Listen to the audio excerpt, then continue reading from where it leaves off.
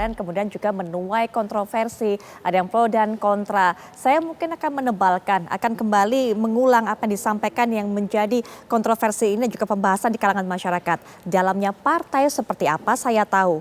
Partai-partai seperti apa saya tahu. Ingin mereka menuju kemana saya tahu. Informasi yang saya terima komplit dari intelijen saya. Ada BIN.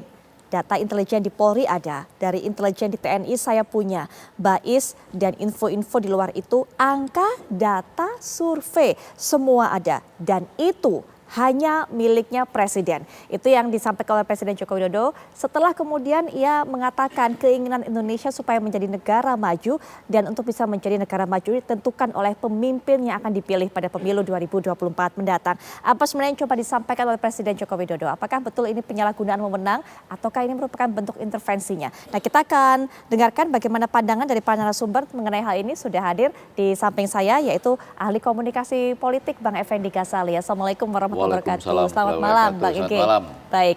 Selamat malam Misa. Ya. Menarik memang kalau nanti kita bisa menyoroti apa gesturnya. Itu. Nah itu, nah itu fokus pada dirinya itu seperti apa sebenarnya?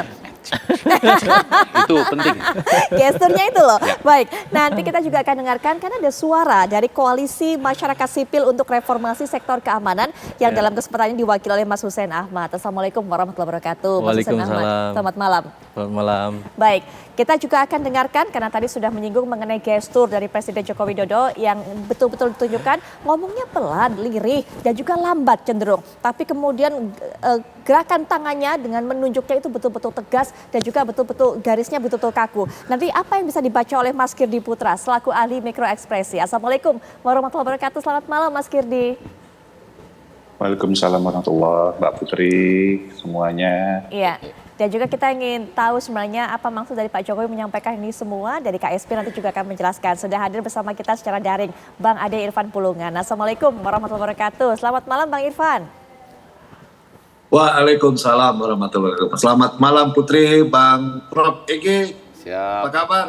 Bang Ade Irfan Pulungan, siap, sehat selalu, amin. Baik, ini menarik karena tadi Bang Ege sudah mencontohkan gesturnya begitu kan. Iya. Kalau Bang Ege pasti melihatnya, apakah memang ini bentuk bahwa partai politik ini memang ini bentuk intervensinya atau juga sudah mengetahui bagaimana gerakan manuver mereka? Kalau nanti gestur Kirdi ya, betul, biar bagi betul, tugas. pasti. Saya cuma mau mengatakan begini, saya tahu bahwa kalau ini untuk tujuan kepentingan supaya negara kita maju terus, aman, tentram, nggak ada masalah. Ya, karena itu memang sah dan sistem presidensial itu kuat dengan cara-cara yang benar sesuai dengan peraturan yang ada. Jadi kalau itu oke, walaupun nunjuknya ke sini itu kan. Yang kedua, muncul pertanyaan kenapa harus dinyatakan? Artinya di seluruh dunia sistem presidensial ya begitu tuh. Ya, bahkan kalau kita ingat di Amerika Serikat itu pernah ada ACLU menggugat Obama pada tahun 2013 sampai kemudian Obama itu mengatakan 2014 itu ya stop, nggak bisa lagi mengambil data dari warga negara sebelum ada izin dari namanya pengadilan pengintaian intelijen internasional. Jadi artinya itu data kontra terorisme saja. Nah, kenapa dinyatakan ini di tengah-tengah relawan itu lebih gampang ya, walaupun tahu bahwa itu nanti akan sampai kepada publik. Betul. Ini menarik, kenapa dinyatakan? Saya mau menjawab dengan dua dalam konteks strategi komunikasi. Yang pertama, menjawab teka-teki Pak Jokowi dulu, jauh di mata dekat di hati, ternyata sudah tercapai, yaitu sejauh-jauhnya perubahan, antitesis, sekarang sudah masuk lagi ke kandang. Sudah 3 kan? Tiga-tiganya ini sudah nggak ada lagi yang betul-betul perubahan. Betul, betul. Ya kan, dengan koalisi Amin itu, Betul. tiga-tiganya itu walaupun dulu perubahan jauh di mata, Iya. kemudian ternyata sekarang sudah dekat di hati. Betul ya, tiga-tiganya sudah dekat di hati, tegak lurus bersama Presiden. Maka pernyataan ini tujuannya untuk strategi komunikasi yang kedua, yaitu Anda benar-benar tegak lurus atau Anda bisik-bisik di dalam. Artinya Anda ingin mengatakan kita ikut aja dulu tegak lurus. Nanti kalau kita udah jadi presiden, kan kita bisa menjalankan apa yang kita mau. Nah, Bapak Presiden menyatakan saya tahu apa yang Anda omongkan di dalam. Siapa yang betul-betul tegak lurus atau nanti sesudah itu, begitu Anda jadi presiden jadi lain loh. Anda bisa bertindak lain terhadap mantan presiden. Betul. Nah, betul. tetapi sekali lagi, kalau orang berpikir soal kemajuan negara dengan tadi pengakuan dari berbagai pihak itu, nggak ada masalah. Sejauh yang diikuti adalah peraturan-peraturan yang benar.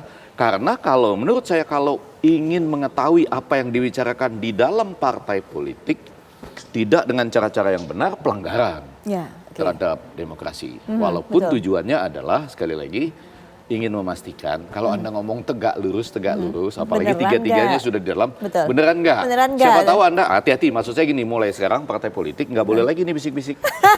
Nanti kita kalau udah memerintah kan bisa lain, ya kan? Iya, iya. Nah, Presiden akan bilang, I know what you did last summer. Begitulah. Kayak judul film dong, Bang. Ya biar agak ringan sedikit. Tapi untuk kemajuan Indonesia berdasarkan data ini dan itu tadi sama seperti di Amerika ya 2014 Obama menyerah dalam tanda petik. Tetapi untuk kontra terorisme dalam konteks hubungan internasional itu masih diperbolehkan sejauh ada izin dari itu tadi pengadilan pengintaian intelijen internasional. Baik, nah ini juga menarik kalau kita sudah menelisik mengenai makna perkata yang disampaikan Presiden Joko Widodo. Kalau dari segi gesturnya Mas Kirdi bagaimana Mas Kirdi? Sudah sempat saya singgung tadi, ngomongnya lirih, lambat, tapi kemudian tangannya itu begitu tegas dan juga menunjuk berkali-kali menunjuk, selain menunjuk ke depan, menunjuk kepada dirinya sendiri Pak Jokowi ini. Oke, terima kasih Mbak Putri. Ini kali ini nih, ini benar-benar sangat kompleks menurut saya. Kenapa? Selain kalau kita bicara gesturnya Pak Jokowi, seperti yang saya biasa sebutkan bahwa kalau kita bicara bahwa Pak Jokowi itu kalau menggunakan tangan kanan, ini kanan kiri nunjuk gitu ya. Itu dia punya sebuah penekanan tertentu di situ, itu satu. Dan dia masih keluarkan atau gunakan gestur yang sama. Yang kedua, ketika dia katakan, ini spesifik banget. Kita tahu lah yang namanya intelijen itu pasti di bawahnya presiden gitu loh. Jarang-jarang intelijen di bawahnya misalnya menteri agama gitu kan nggak mungkin gitu. Ya, jadi kalau kita bicara intelijen bahwa di bawah presiden itu dia penekanan di situ. Tetapi Mbak Putri, tolong kita lihat bahwa sebelumnya ketika sebelum Pak Jokowi itu turun ke dalam mode ngomongnya lirih, tangannya banyak ditekuk, ditempel disatuin gini, walaupun dia menggunakan beberapa gerakan menunjuk, tapi kalau kita perhatiin ada juga yang tangannya dilipat gini nih. Betul. Posisinya seperti itu. Itu gerakannya lebih lugas, lebih lepas sebelumnya. Ketika apa? Ketika bicara tentang contoh-contoh sebelumnya, termasuk salah satunya saya rasa ada hubungan dengan Freeport gitu ya. Nah, kenapa dia gunakan contoh misalnya pakai Freeport gitu? Ini menarik karena ada kepentingan tanda petik luar Indonesia yang terlibat. Jadi saya tuh malah jadi was-was kemudian berpikir ini nggak cuma masalah tentang katakanlah untuk pemilu nanti, tetapi kita sadar lah, kita paham lah kepentingan luar Indonesia itu di beberapa negara yang itu aja gitu ya sebetulnya itu selalu main di Indonesia gitu loh. Nah sekarang bisa jadi Pak Jokowi masih tahu, ini saya sadar loh ada kekuatan ini terlibat. Tadi Bang Effendi dengan sangat bagus sekali menyatakan tentang CLU tadi. Betul bahwa Amerika itu ketika zaman Obama, jadi gini CIA, kalau kita bicara intelijen, CIA itu dilarang untuk bekerja on American soil. Itu ada aturannya sih dalam CIA. Nggak boleh dia tanda petik memata-matai warga negaranya sendiri.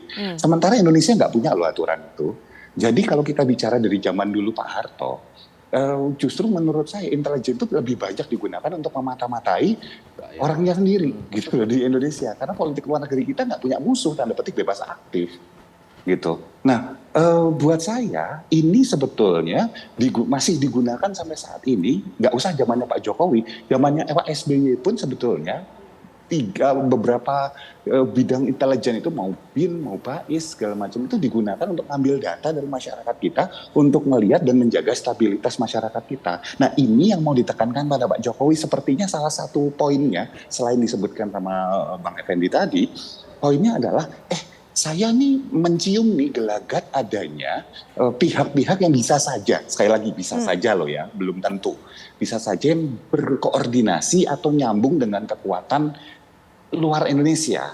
Bisa, ini kan kalau kita ngertiin sesuka-suka kita kan bisa aja arahnya ke situ gitu ya.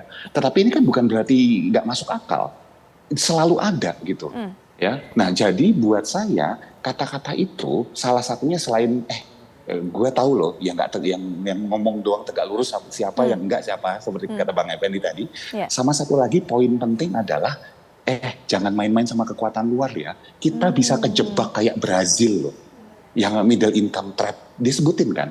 sama Pak Jokowi. Itu sih yang kelihatan buat saya. Saya malah jadi agak hati-hati banget nih analisa di bagian sini nih. Oke, ada apa nih sebetulnya nih? Udah mulai belum nih yang dari luar nih, cawe-cawenya?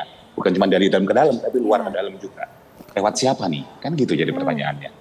Baik, Mas Hussein, nanti kita akan bahas mengenai bagaimana pendapat koalisi, pandangan koalisi, apakah kemudian penyalahgunaan wewenang dan juga mengkhianati demokrasi yang disampaikan oleh Pak Presiden Jokowi ini. Tapi setelah jeda, kami sudah kembali saat lagi.